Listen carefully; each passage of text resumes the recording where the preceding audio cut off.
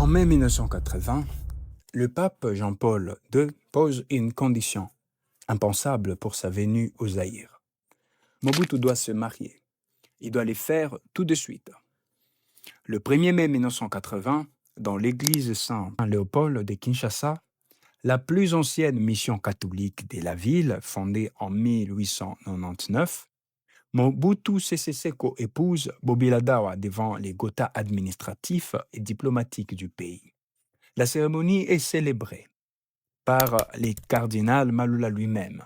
C'est ce que peu de gens savent, c'est que ces mariages a une échéance imposée de l'extérieur. L'Église refuse de recevoir les papes si la relation présidentielle n'est pas régularisée avant son arrivée.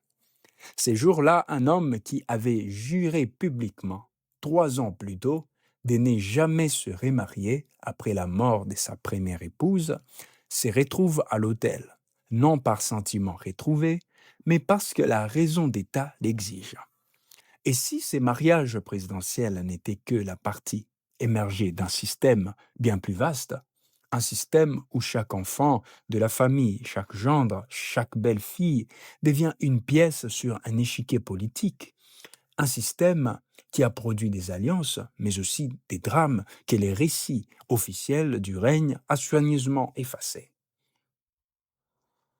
L'un de ces mariages a directement lié la famille présidentielle au futur chef de la principale rébellion armée du pays. Un autre s'est terminé par une tentative de suicide. Un troisième a vu le gendre se retourner contre la famille, au moment où tout s'effondrait. Ces documentaires racontent ces unions et la loi du pouvoir qu'elles révèlent.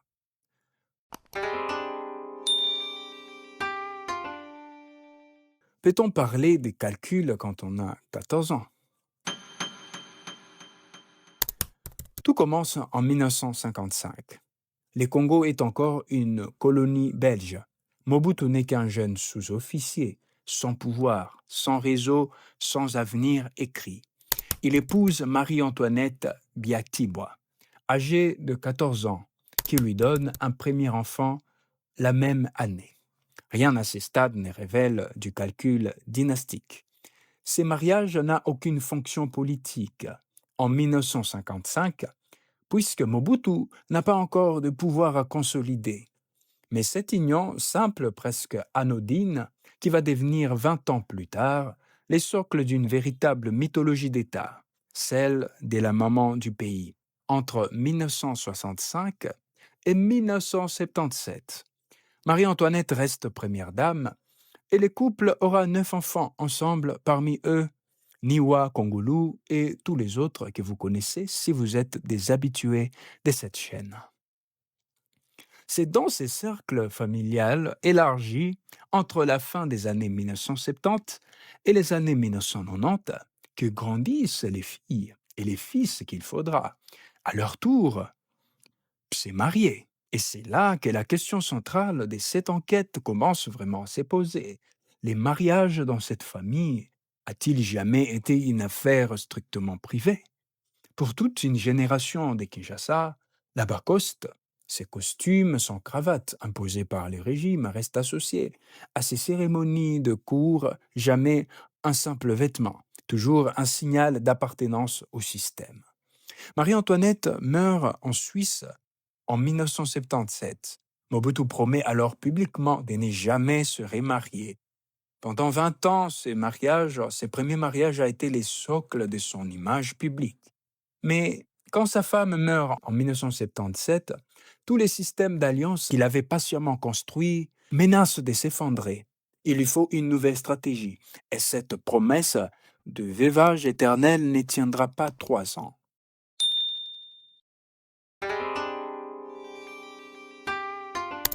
« 1980. Un remariage présidentiel ou une négociation diplomatique déguisée en amour. Une source historique évoque sans confirmation définitive l'hypothèse selon laquelle Mobutu aurait envisagé d'épouser Elodie Yabwa, surnommée Maman 41, d'après les numéros de sa villa, la cité Loya, avant de finalement choisir Bobby Ladawa. Cette hypothèse reste à ce stade de sources disponibles, une rumeur jugée probable plutôt qu'un fait établi. Si tu veux entrer en profondeur sur cette question, il y a une vidéo dédiée uniquement sur cette question, mais on n'y est pas là aujourd'hui. Ce qui, en revanche, est solidement documenté, c'est les calendriers, les mariages civils et religieux du 1er mai 1980 et calés sur la venue imminente du pape. Un chef d'État sans première dame, dans les usages sociaux et religieux de l'époque, est perçu comme incomplet, une règle non écrite qui pèse autant que n'importe quelle loi. Ces mariages n'étaient que la partie émergée de l'iceberg dans l'ombre. Mobutu s'apprêtait à utiliser ses propres enfants pour verrouiller les pays. Mais le mariage du président n'était rien comparé au sacrifice qu'il allait bientôt demander à ses propres filles.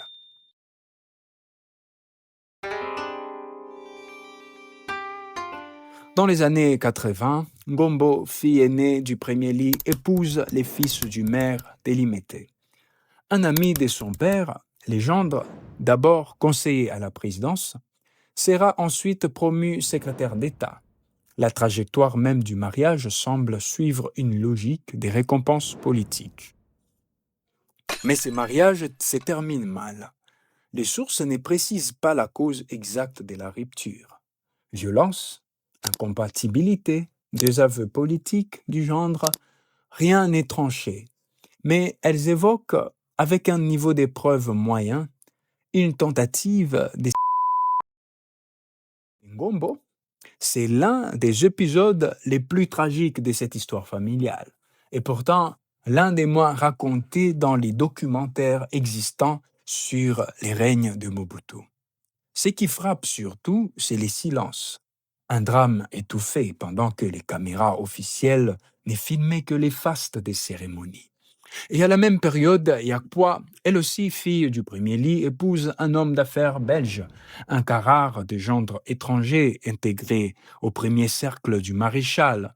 Le mariage suivra une trajectoire inverse et tout aussi révélatrice. Après la chute du régime en 1997, ces gendres se retourneraient contre la famille. Ils figurent des traîtres de cour que les récits existants ont peu creusés. La réception de ce type de mariages factueux, contrastant violemment avec les pénuries alimentaires et l'inflation du Zaïre qui frappait les pays à l'époque, un contraste que les témoins de l'époque citent souvent comme les symboles mêmes du système. Ces deux mariages, Ngombo et Yakpwa, dessinent déjà une réponse à la question centrale.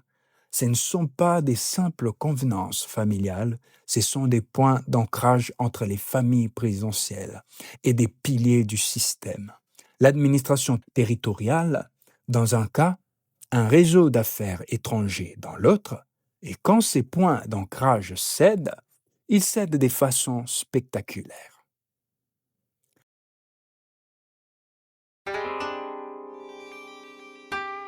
Dans les années 1990, Nzanga, fils de Bobby Ladawa, épouse, fille de Jano Bemba Saolona, les gestionnaires du groupe d'affaires de Mobutu. Ces mariages relient directement la famille présidentielle à l'un des réseaux économiques les plus puissants du régime.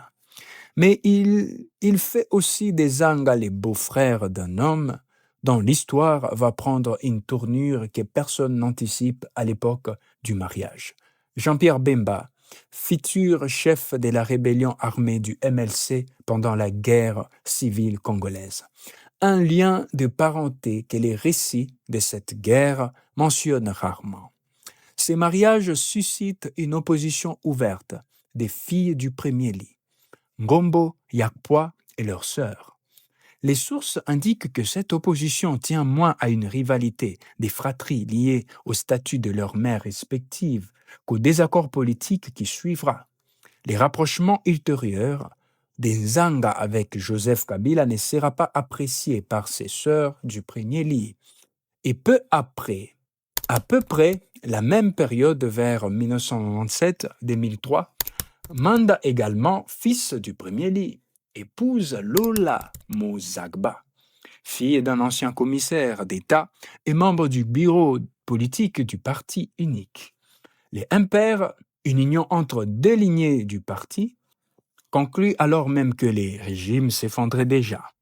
Les impairs, parti unique, avec son bureau politique omniprésent jusqu'au bout, jusque dans les alliances matrimoniales de la famille présidentielle, les partis restent la structure organisatrice du pouvoir. Deux logiques, deux mariages des fils, deux logiques différentes. L'un relie la famille à l'appareil économique du régime, au prix d'une fracture familiale dont l'écho se prolongera jusque dans la guerre civile. L'autre relie la famille à l'appareil du parti, jusqu'au moment même où ce parti n'a jamais plus rien à offrir.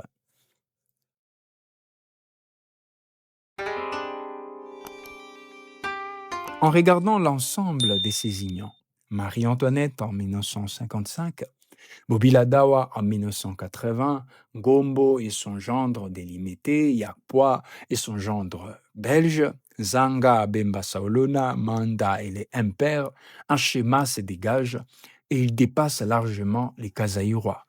Aucun de ces mariages ne prépare une succession au pouvoir suprême. Aucun gendre, aucune belle-fille n'hérite jamais du sommet de l'État. Leur fonction est ailleurs.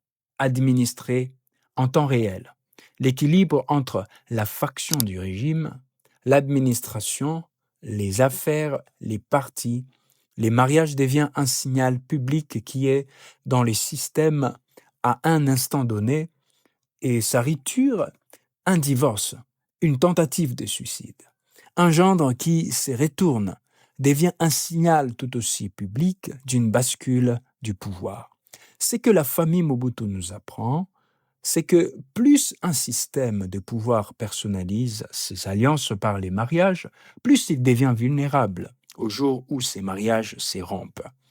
Et si vous pensez que c'était une exception zaïroise, attendez de voir comment ce même système a été copié ailleurs sur les continents. Chez les Bongo, ce sont les mariages et les adoptions qui ont servi à élargir les premiers cercles et sécuriser les rentes pétrolières, un système comparable, une monnaie différente. Togo, Zimbabwe. Au Togo, sous Eyadema, les alliances matrimoniales reliaient les clans présidentiels au cadre de la RPT. Au Zimbabwe, grâce Mugabe a incarné une variante de ces mêmes mécanismes, utilisés comme relais dynastique plutôt que comme gendre ou belle famille. Si tu as aimé la vidéo, n'hésite pas à t'abonner, à liker et à laisser un pouce bleu pour nous encourager à produire encore plus. Et si vous avez des récits, vous avez des témoignages, vous avez des vidéos, des archives historiques, vous pouvez nous contacter inbox pour nous les envoyer. Bonne suite.